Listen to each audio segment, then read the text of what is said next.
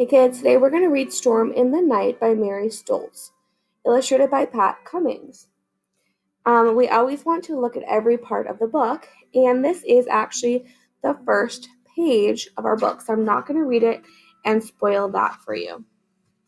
However, this book is about where Thomas and his grandfather are home alone when a thunderstorm causes the power to go out. While they wait out the storm, Grandfather tells Thomas a story about how he overcame his own fear of thunderstorms when he was a boy, which we can all probably relate to. At least my dog can, because she's terrified of storms. Here is our first page.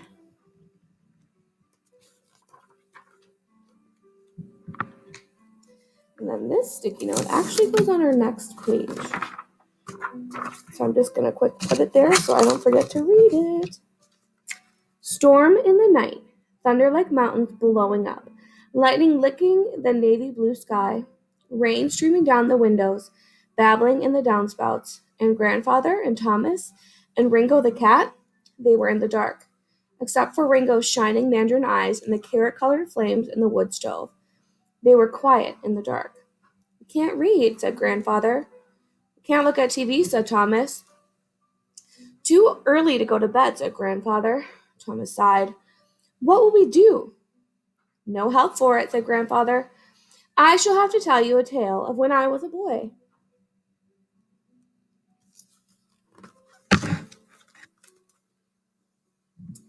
Thomas smiled in the shadows. It was not easy to believe that Grandfather had once been a boy, but Thomas believed it because Grandfather said so. Thomas believed that long, long ago, probably at the beginning of the world, his grandfather had been a boy.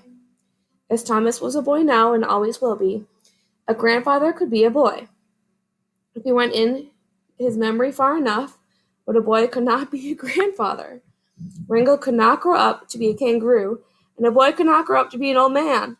And that, said Thomas to himself, is that. Does Thomas' thinking make you laugh?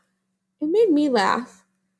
He thinks that a boy can't grow up to be a grandfather. We know that we all age. So I thought that was pretty silly.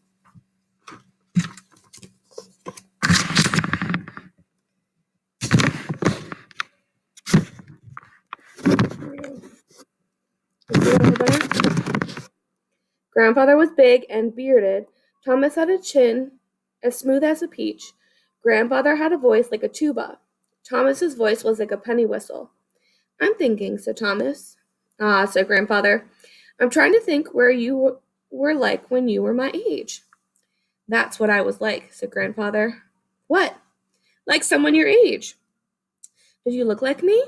"Very much like you, but you didn't have a beard." "Not a sign of one." "You were short, probably." "Short, certainly." "And your voice? It was like mine?" "Exactly," Thomas sighed. He just could not imagine it. He stopped trying. He tried instead to decide whether to ask for a new story or an old one.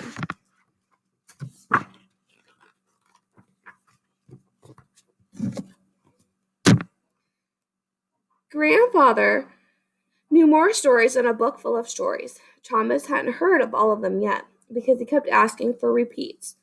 As he thought about what to ask for, he listened to the sounds of the dark. Grandfather listened too. In the house, a door creaked. A faucet leaked. Ringo scratched on his post, then on grandfather's chair. He scratched behind his ear, and then he could hear even that. In the stove, the flames made a fluttering noise. "That's funny," said Thomas. "I can hear better in the dark than I can when the lights are on."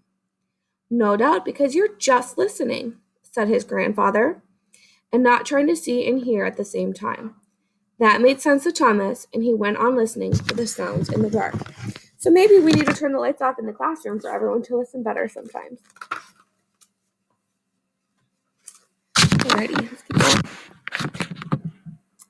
There were the clocks. The chiming clock on the mantel struck the hour of 8. Ping, ping, ping, ping, ping, ping, ping-a-ling. The kitchen clock very excitedly. Tick, tick, tick, tick, tick, tick, tickety. There were outside sounds for the listening, too. The bells in the Congregational church rang through the rain. Bong, bong, bong, bong, bong. Automobile tires swished on the rain-wet streets. Horns honked and hollered. A siren whined in the distance. Can a clock be excited? By using the word excited, the author compares the kitchen clock to a person. Why do you think he chose that word? I think so if we can relate to the noise of the clock more.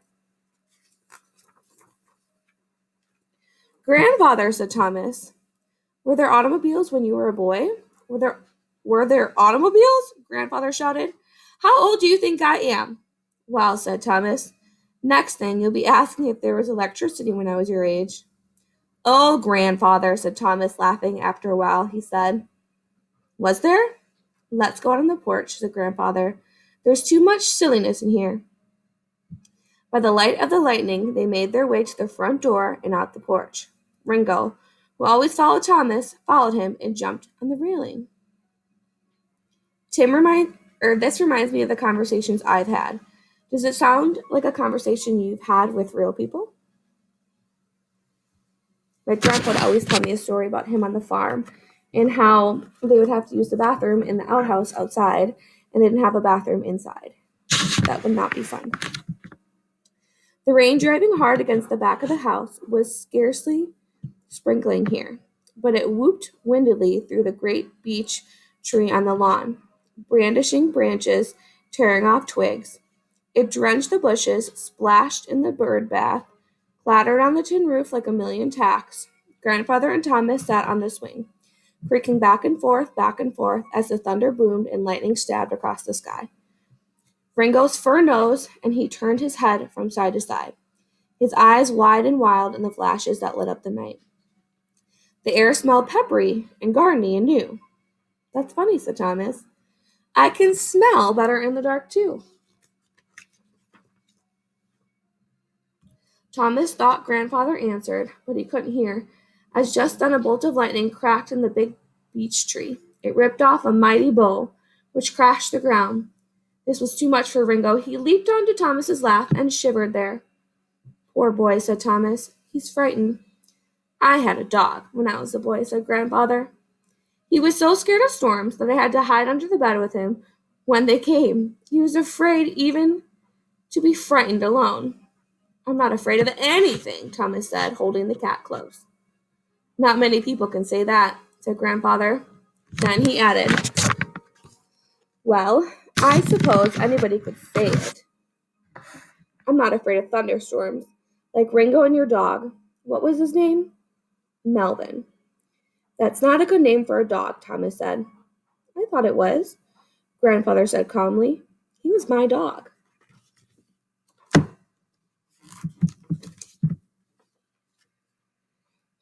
I like cats, said Thomas. I want to own a tiger. Not while you're living with me, said grandfather. Okay, Thomas said. Is there a story about Melvin? There is. One very good one. Tell it, Thomas commanded. Please, I mean. Well, said grandfather, when Melvin and I were pups together, I was just as afraid of storms as he was. No, said Thomas. Yes, said grandfather. We can't all be brave as tigers. I guess not, Thomas agreed. So there we were, the two of us, hiding under the beds whenever a storm came. Think of that, said Thomas. That's what I'm doing, said grandfather. Anyway, the day came when Melvin was out on some errand of his own, and I was doing my homework when all at once, with only a rumble of a warning, ...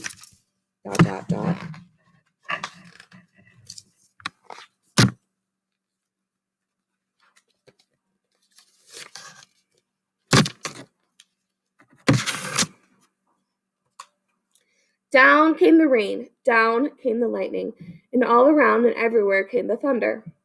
Well, said Thomas, what did you do? Dove under the bed. But what about Melvin? I'm coming to that, said grandfather. What about Melvin is what the story is about. I see, said Thomas. This is pretty exciting. Well, it was then. Are you going to listen or keep interrupting? I think I'll listen, said Thomas. Good. Where was I? Under the bed. So I was. Well, I lay there shivering at every clap of thunder, and I'm ashamed to say that it was time before I even remembered my poor little dog was all by himself out in the storm. Thomas shook his head in the dark.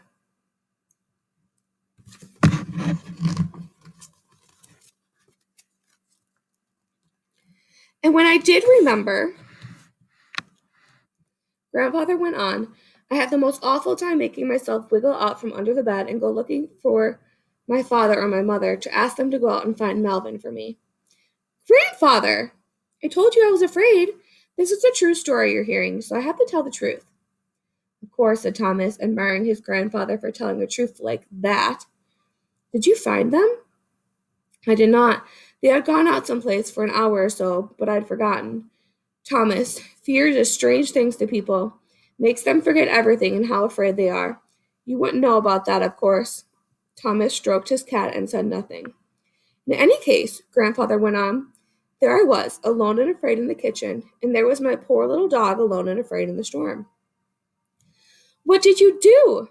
Thomas demanded. You didn't leave him out there, did you, Grandfather?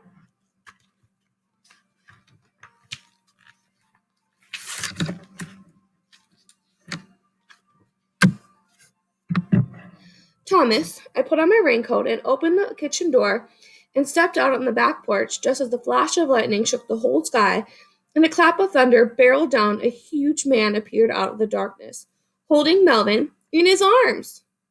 Whew! That man was 7 feet tall and had a face like a crack in the ice. Grandfather, you said you were telling me a true story. It's true because that's how he looked to me.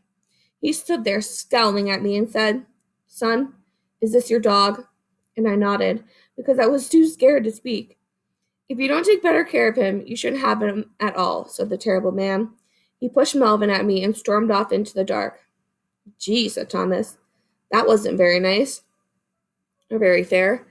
He didn't know you were frightened, too. I mean, Grandfather, how old were you? Just about your age. Well, some people my age can get pretty frightened. Not you, of course, Thomas said.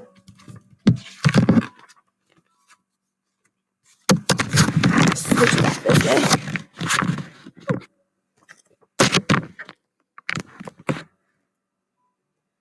Later on, Grandfather continued, I realized the man wasn't even 7 feet tall or even terrible.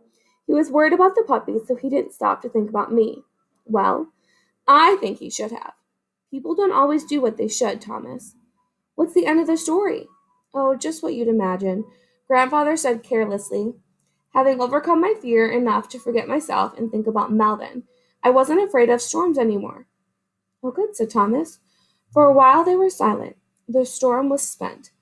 There were only flickers of lightning, mutters of thunder, and a little patter of rain. What does that mean? The storm was spent. When I say, oof, I'm spent, like you're done. So that means the storm was done.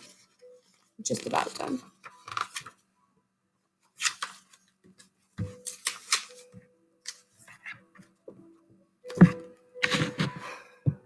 When are the lights going to come on? Thomas asked. You know as much as I do, said Grandfather. Maybe they won't come on for hours, said Thomas. Maybe they won't come on until tomorrow. Maybe not.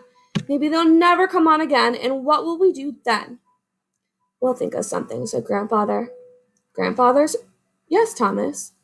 What I think that maybe if you hadn't been here, and Rango hadn't been here, and I was all alone in the house, and there was a storm, and the lights went out and didn't come on for a long time, like this, I think maybe then I would be a little bit afraid.